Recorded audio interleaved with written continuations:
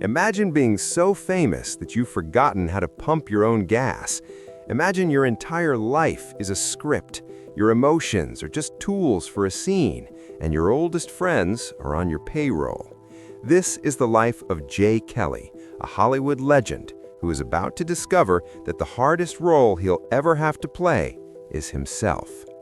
Today, we are breaking down a poignant and sharp-witted drama about an aging superstar who flees a PR disaster in Los Angeles to crash his daughter's vacation in Europe, only to find that you can't outrun your own ego.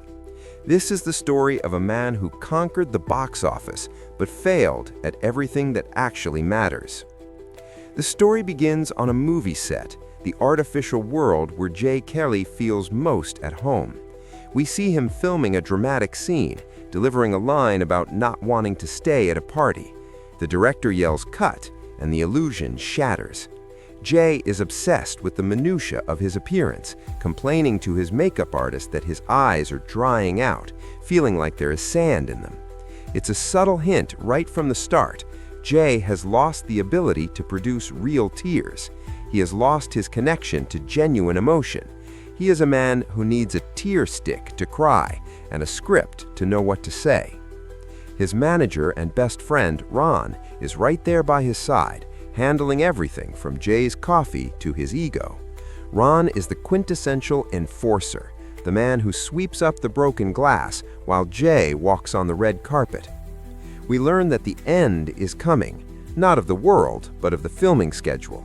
For an actor like Jay, the end of a shoot is a mini-death. He doesn't know who he is when the cameras aren't rolling.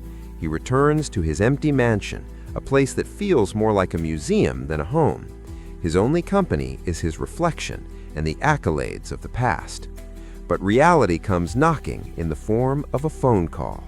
Peter Schneider, a legendary director and father figure to Jay, has died. Jay attends the funeral, wearing his celebrity like a suit of armor. He expects to be the center of attention, the grieving, cinematic son. But in the crowd, he spots a face from a lifetime ago, Tim Galligan. Tim was Jay's roommate back in drama school, the guy who was supposed to be the star. They haven't spoken in 30 years. Jay approaches him, expecting a warm reunion, but Tim is cold. We learn the dark secret of Jay's origin story. Decades ago, Jay stole an audition that was meant for Tim, the audition for Peter Schneider movie that launched Jay's career. Tim, meanwhile, gave up acting and now walks dogs for a living. He looks at Jay with a mixture of pity and disdain, telling him, "You stole my life." It's a brutal reality check. Jay realizes that his entire empire is built on a betrayal. This encounter sends Jay spiraling. He goes to a bar to drown his guilt, where he runs into a child psychologist. In a moment of drunken vulnerability, Jay talks about his estranged daughter, Jessica, who refuses to speak to him. The psychologist, perhaps a bit too honest, suggests that Jay is a narcissist who sees his children as extensions of himself rather than people. He calls Jay an empty vessel. Jay, whose ego is as fragile as it is massive, snaps. He punches the psychologist in the face, breaking his nose. The next morning, the fallout is catastrophic. Ron storms into Jay's house with bad news. The psychologist is suing. The press is going to have a field day. Jay Kelly beats up a child doctor. Ron is in full damage control mode, trying to spin the story, but Jay is done. He's tired of the script. He refuses to do his next movie, a guaranteed blockbuster with the Lewis brothers, and makes a chaotic decision. He learns that his other daughter, Daisy, is traveling in Europe before starting college. Jay decides he is going to Paris to surprise her. It's a desperate attempt to play the role of the good father before it's too late. Ron, ever the loyal protector, realizes he can't let Jay go alone. Jay is a man-child who would likely accidentally cause an international incident if left unsupervised, so Ron and Liz agree to accompany him. They tell the studio Jay is going to accept a Lifetime Achievement Award at a film festival in Tuscany, using it as a cover for his escape. The trio arrives in Paris, but the glamour is quickly stripped away. They miss their connection and are forced to take a crowded, second-class train to Italy.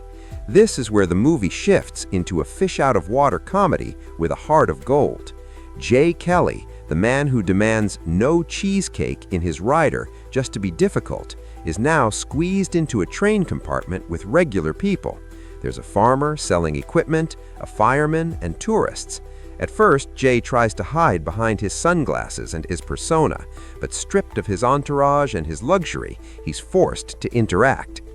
He meets a young woman named Phoebe on the train. She doesn't fawn over him. She treats him like a normal person. For the first time in years, Jay has a conversation that isn't about his box office numbers. He admits to her that he feels like a fraud, that he's playing a character even when he's sleeping. The train ride becomes a metaphor for his life. He's been moving so fast, he never looked out the window to see the trees or the people. They finally catch up with Daisy in a hostel. The reunion is awkward. Daisy loves her dad, but she knows him. She knows he's here not just for her, but because he's running from something. She introduces him to her friends, including a pretentious young filmmaker named Guillaume. Jay tries to impress them, buying everyone dinner, turning on the movie star charm. But Daisy sees right through it. She confronts him, telling him that he can't just buy his way into her life whenever he feels lonely. She wants a father, not an ATM machine or a famous mascot. The emotional climax of the film happens in a quiet moment in a villa in Tuscany. Jay, Ron, and Liz are staying there before the festival. Ron reveals that he has been carrying a letter from Jessica, the estranged daughter. She wrote it with her therapist, and she wanted Ron to read it to Jay. Jay tries to dismiss it, to make a joke, but Ron forces him to listen. The letter is devastating. Jessica writes from the perspective of her 10-year-old self. She describes the pain of waiting for a father who never came home, the humiliation of seeing him be a perfect dad to child actors in movies while ignoring his own flesh and blood. She writes, "You are obsessed with yourself, and your desire not to be like your own father prevented you from being a decent father to me." It crushes Jay. He finally breaks down, not with a tear stick, but with real, ugly sobs. He realizes that the empty vessel comment was true. He has spent so long pretending to be other people that he forgot to be a dad. But the revelations aren't over. In the aftermath of the letter, tensions boil over between Jay, Ron, and Liz.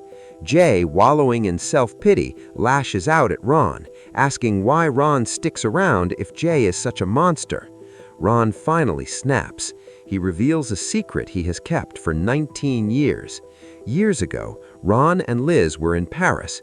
Ron had planned the perfect proposal on the Eiffel Tower. He had the ring hidden in a chocolate ganache. It was supposed to be their moment. But that night, Jay called. He had gotten into trouble with a diplomat's daughter and needed Ron to bail him out. Liz left the dinner to help Jay. Ron was left alone on the tower with the ring. Ron screams at Jay, "We have never had a moment that was just ours. You are always the third person in our marriage." It's a shocking twist. We realize that Jay hasn't just neglected his children, he has cannibalized the lives of his best friends. He has taken their love and loyalty for granted, treating them as supporting characters in the movie of his life. Jay is stunned into silence.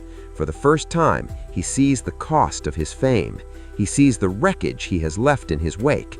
He realizes he can't fix everything with a check or a charming smile. The next day is the tribute at the Tuscan Film Festival. The atmosphere is tense. Jay walks onto the stage with thunderous applause. The screen behind him plays a montage of his greatest roles: Gary Cooper-esque heroes, dashing lovers, men of action. But Jay looks small against the giant screen. He takes the microphone.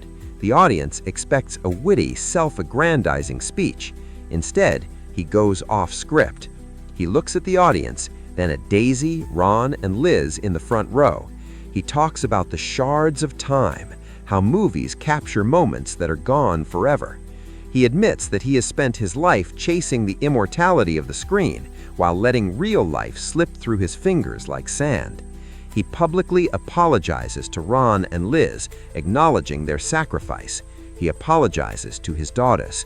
It's not a perfect Hollywood speech. It's messy and awkward, but it's the most honest performance of his career.